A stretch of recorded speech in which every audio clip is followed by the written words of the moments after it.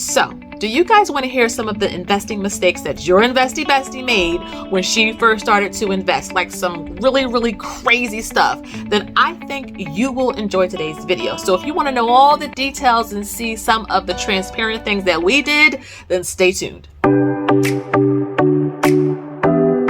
Hey everyone, my name is Shalise, also known as Mommy Trader here on YouTube. Hey investie besties, welcome back to the channel. If you are new around here, welcome. And if you are a returning subscriber, thank y'all so much for coming back. You know, I do appreciate you guys being here. I'm not a financial advisor, but I do show real numbers. Check out all of my playlists. I do have almost 400 videos. So if you're new to the channel, go through, binge watch. A lot of your questions will be answered, okay? Also, keep in mind, now that the channel is growing, I have a lot of spam and bots in the comments. I do my best to get rid of them. I do hold all my comments and manually approve them just so that I can avoid this, but sometimes they get through. So please know I will not ask you about WhatsApp or cash at me some money. Hey, I don't even have a PO box in my description box, okay guys? If you want to support me, check out my website or, you know, a super things, join the channel, things like that, but I will not ask you like to from WhatsApp and spam and all that. That's not me, okay guys? So today I'm going to talk to you guys about 5 investing mistakes that your sis made, okay? And I really think these types of videos can be helpful for many of you who are just starting on your journey, or you feel like, you know, you need a reset or a refresher. And I'm big on like being transparent and really talking about, you know, the journey, right? And some of the pitfalls that, you know, we all make because nobody's perfect. And I want you guys to understand that everybody starts somewhere, okay? So if you find yourself making these mistakes, please know it's okay. Look, I made a video about 8 months ago about the 5 financial mistakes that we made. When I say we made some juicy mistakes overall, I'm not lying to you guys. Like cashing out a 401k, all right? Payday loans, those are the devil, and please stay away from those if you can. It will make you take 10 steps back while making you think you're taking a step forward. So like, please stay away from payday loans. I cannot stress that enough. Partying, having a good time in the 20s. I mean, when I say we made some crazy mistakes with our overall finances, we made some doozies. So if you find yourself there, okay, use this video as like your wake-up call to like stop. And then the second thing you need to do is just really kind of realign yourself on, you know, what you want to accomplish, what you want to do in your future. I know we may think while we're 20, 25, because I thought the same thing, that, oh, 30, 35, 40 years old is like eons away. No, I'm telling you, before I get into the video, I remember the older people in my family telling me that when you turn 21, 30 is gonna feel like it happened within a year. I lie to you not. Like I turned 21 and before I knew it, I was married and about to turn 30 years old. Now I'm 38, about to turn 40. The time, it moves by so fast. And because it moves by so fast, we wanna recognize any mistakes that we are making and do our best to kind of learn from those mistakes and then get up from there and move forward. So today we're going to be talking about our investing mistakes, and we still make plenty of mistakes because we're human. Nobody's perfect, but I wanted to share these 5 with you. And of course I have my notes right here because you guys know I'm a mama. I got a lot of stuff going on and I need help sometimes. And I'm a note taker, okay? Hashtag note taker. So the first mistake that we made when we first started to invest is not having our why. I'm a big fan of strategy when it comes to investing, and you cannot even start to invest, or even I would say like budget or just do better with your finances without having a why, without having a motivating factor there to kind of keep you going. Now, when it comes to investing, why were we investing? We just kind of jumped in head first. I just saw people online saying, buy this company, and I would just buy it. I had no like why am I starting all of this? Because I believe it would have helped me to have the right approach to it. Now, as you guys know, our why is, well, early retirement. So in about 5 years or so, maybe 6 years, depending on how this recession goes. It's also to have income to support our special needs son. That's very important for my husband and myself. And it's so that we can live comfortably in our later years without having to rely solely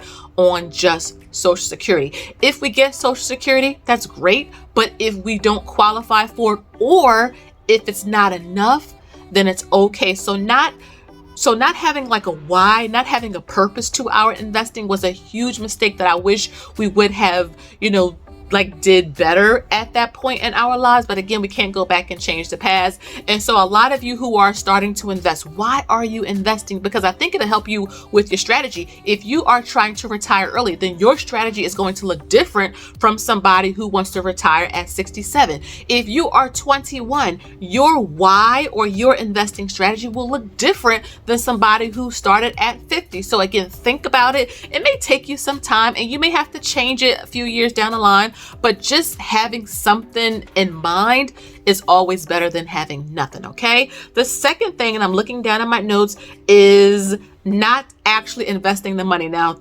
this may sound like seriously, but I have been in this position and I have talked to many of you who have been in this position. So you're saying, okay, good, I'm going to invest. I transfer the money from my bank account over into Fidelity. And then we think we invested the money. How many of y'all did the same thing? Because I know I did. Okay. You actually, once you have it over in Fidelity, you actually have to go in and buy the stock or the fund. Okay. Just transferring it is not buying it, because it will sit there in what they will call like a money market account in Fidelity or Robinhood or Moo or anything like that. And just a quick plug, all of my referral links are down below. So if you want to sign up for Robinhood, Moo, anything of the like is all down below. Webull as well. Get yourself some free stocks, and start your investing journey. But yeah, it was just sitting there and I thought I was so proud of myself. Like, yeah, I transferred the money over from the Bank of America account to my Fidelity account and didn't do nothing with it. So again, guys, you got to actually go in when you transfer the money and you got to buy a stock or a fund. And I know some platforms will allow you to do like automatic investing. So you can set that up if you feel like you're going to forget to actually invest the money. That's a second mistake that we have made. And I know there's articles out there where people have let like money in their Roth sit in like the money market account because they thought that it was invested when it wasn't. You got to actually go in and do it. The third thing that we did was not have the proper understanding of if I was a trader or an investor. And there's no right or wrong here. It's just, temperament and what makes you comfortable. I went into investing acting like a trader, like buying and selling. I would get frustrated. I had to like be up at 4 a.m. when the pre-market opened in the stock market. And, I'm attached to a computer and I just didn't like that. Like I had a lot going on. I really am big on being present in my children and my husband's and my family life. And so it's just being a trader was not for me. And that's not a bad thing. It's just not for your sis, but I'm an investor. I'm a buy and hold in good companies and in good funds. And just, I want to enjoy the rest of my day. So, I didn't know that though. And so I always ask people like, you have to ask yourself, do you want to be a trader, which is not a bad thing, or do you want to be an investor? Or maybe you want to be a little bit of both, but you have to really figure out your temperament. If you have the time, if you have the capital for it, and, is that something you really want? And I realized that I'm an investor. It may be a little boring and maybe a little safer, but that's okay. And I actually really love it. And so, yeah, that was the third mistake. The fourth thing that we did was have unrealistic expectations. Now, I've talked about this on this channel before. We got into investing thinking we were going to be rich by next week. Like I was going to achieve millionaire status in 2 months. And that is not the case at all. There's a sacrifice that has to be made. A lot of people will ask, like, how did you grow your net worth to where it is right now? Okay, we did not save $1 million. We put our money into assets and our net worth grew to over $1 million. And what we did was, number one, we had to make a sacrifice. Every big bonus, like my husband will get like 30 grand in bonuses. He works in the pharma sector. Okay, they get big bonuses. We would literally give money to our church. We would take like $100 or $200 out to do a little something for ourselves, and we would put the rest on a down payment on a house. We would pay off a credit card. We would pay off the car loan. We would put a chunk in the market. And when you do those things over a 7-year span, guess what happens? The market always comes back. So when the market was hot, when the housing market was hot, guess what it did? It brought our net worth up, but it took years for that, and it took a sacrifice. So having realistic expectations was important for us, because and I've lost money too, like getting into trading, trying to dump money into a stock, and I didn't have the temperament for it. Like I would cry, I would be upset over it. unrealistic expectations. And again, investing, especially the way that Warren Buffett talks about it, is you have to just buy and hold. You are not investing in a company to sell it tomorrow. You are investing for 10 years down the line, 5 years down the line, 15 years down the line, 20 years down the line. So having realistic expectations, it can be a little hard now with social media and, the idea of you can kind of get rich quick.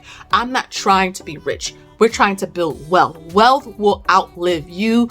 Riches is like temporary, okay? And that's not what we want. We don't want temporary. We work too hard. We sacrificed and gave up too much. We want to build something that will outlast us. And let me tell you, it really should. And the fifth and final investing mistake that we made when we first started is not making the time to learn. This is a big one because I know sometimes we're busy. We have a lot going on in our life. We have jobs, we have spouses, we have children, sometimes grandchildren, other family members. We have a second job. I mean, there's so much going on in our lives, right? That we're dealing with that really has us kind of locked down, and it prevents us from using the time to really learn and elevate ourselves when it comes to our investing or just wealth building overall.